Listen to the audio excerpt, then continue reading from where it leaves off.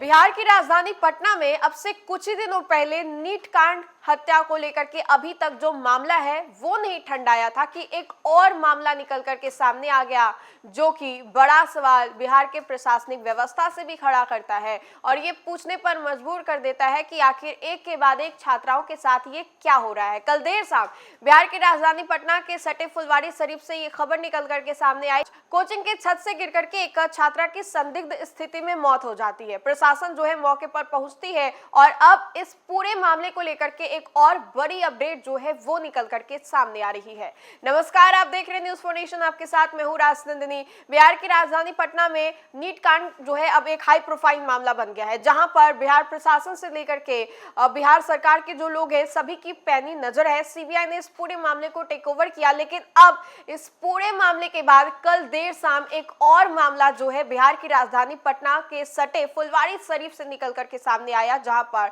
Coaching के छत से कूद करके एक छात्रा की संदिग्ध स्थिति में मौत हो जाती है। ये सिर्फ एक मौत नहीं बताया जा रहा है, परिवार वालों के द्वारा ये बोला जा रहा है कि हमारी बच्ची के साथ कुछ गलत हुआ है और ये सुसाइड बिल्कुल भी नहीं है। वहीं पर आपको बताएं तो प्रशासन जो है हर एक पहलू से इस पूरे मामले की जांच कर रही है। जब छात्रा की बॉडी को पोस्टमार्टम के लिए भेजा गया तब उसके शरीर पर बहुत सारे जो जख्म थे, चोट थे वो दिखाई दिए, जिसके बाद ये आशंका जो है वो जताई जा रही है कि छात्रा के साथ कुछ गलत हुआ है। पूरी जो जानकारी है वो निकल करके सामने नहीं आ रही है, लेकिन प्रशासन जो है हर एक पहलू से इस पूरे मामले की जांच में जुटी हुई है। अब क्या अपडेट है ये हम आपको बताते हैं। नीट की छात्रा तैयारी कर रही मौत के मामले में गुत्थी अभी तक सुलझी नहीं थी कि फुलवारी शरीफ में एक निजी कोचिंग संस्थान के बहुमंजिला इमारत से गिर करके एक और छात्रा की मौत ने सनसनी जो है वो फैला दी। कोचिंग संस्थान से गिर करके जिस छात्रा की मौत हुई थी वह बहुत ही संदेहास्पद है। अब छात्रा की छत से गिर करके मौत हुई या फिर किसी ने साजिश के तहत धक्का दे करके गिराया, किसी के बचने के चलते ये ऐसा हुआ, ये अभी तक एक रहस्य जो है वो बना हुआ है। घटनास्थल पर जो खून है उसके निशान क्यों नहीं है, ये भी बड़ा सवाल है।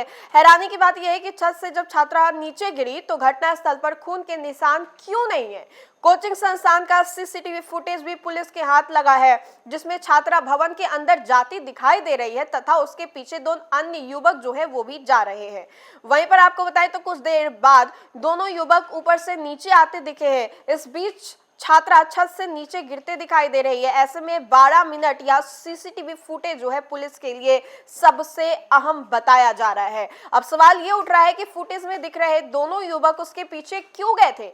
मामले की जांच से जुटी जो एसआईटी को पता चला है कि कोचिंग संस्थान प्रथम तल पर संचालित होता है, फिर छात्रा छत से क्यों गिर गई, आखिर छत पर जाने की क्या मजबूरी थी, छत पर पहले से कोई था मौजूद या फिर नहीं था, या फिर छात्रा के जाने के बाद कोई छत पर गया और फिर वहां से वो चला गया। अगर छात्रा छत से गिरी तो कोचिंग संस्थान ने इसकी जानकारी पुलिस को क्यों नहीं दी। स्वजनों का आरोप यह है कि छात्रा के शरीर, पीठ और अन्य हिस्सों पर संदिग्ध चोट के निशान जो है वो भी दिखे हैं। एफएसएल की जो टीम है घटनास्थल पर पहुंचती है और जमीन पर सब किस हाल में था वो भी देख रही है। अब ऐसे में आपको बताएं तो यह सीधे छत से गिरी थी या फिर छत से गिरते समय उसका जो सिर है बिल्डिंग की तरफ था, ये पहलुओं को लगातार देखा जा रहा है और यही कुछ बिंदु है जिसको लेकर के पुलिस प्रशासन जो है अब काफी ज्यादा अलर्ट मोड में है।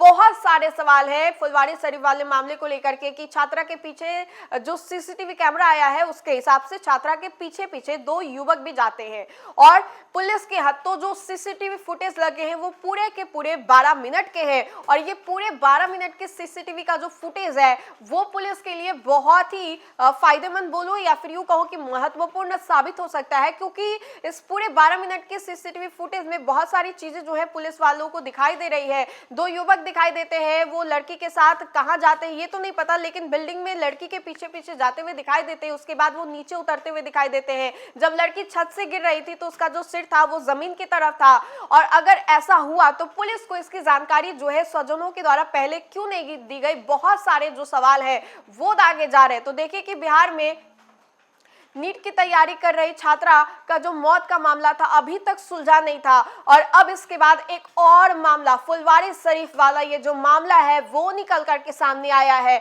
छात्राओं को लेकर के, छात्राओं की सुरक्षा को लेकर के, जो हॉस्टल में छात्राएं रहते हैं उनके परिवार वाले लगातार ये गुहार लगाते हैं कि हमारी जो बच्चियां हैं उनकी सुरक्षा के लिए आप लोग क्या कर रहे हैं, क्या पुख्ता इंतजाम आपके पास है। यही सब सवाल अभी बिहार की राजधानी पटना में चल भी रहा था और देखिए कि इसी बीच एक और ताजा मामला जो है वो निकल करके सामने आ जाता है, जहां पर एक छात्रा की संदिग्ध स्थिति में मौत हो जाती है, शरीर पर चोट और उसके गिरने का जो टाइमिंग और जो शरीर था उन सभी चीजों को लेकर के बहुत सारे जो सवाल हैं वो खड़े हो रहे हैं। बहरहाल आगे क्या कुछ अपडेट है ये हम आपको जरूर बताएंगे। तो फिलहाल के लिए इस खबर में इतना ही। खबरों का सिलसिला लगातार जारी रहेगा। देखते रहे न्यूज़ पोनेशन। बहुत बहुत शुक्रिया।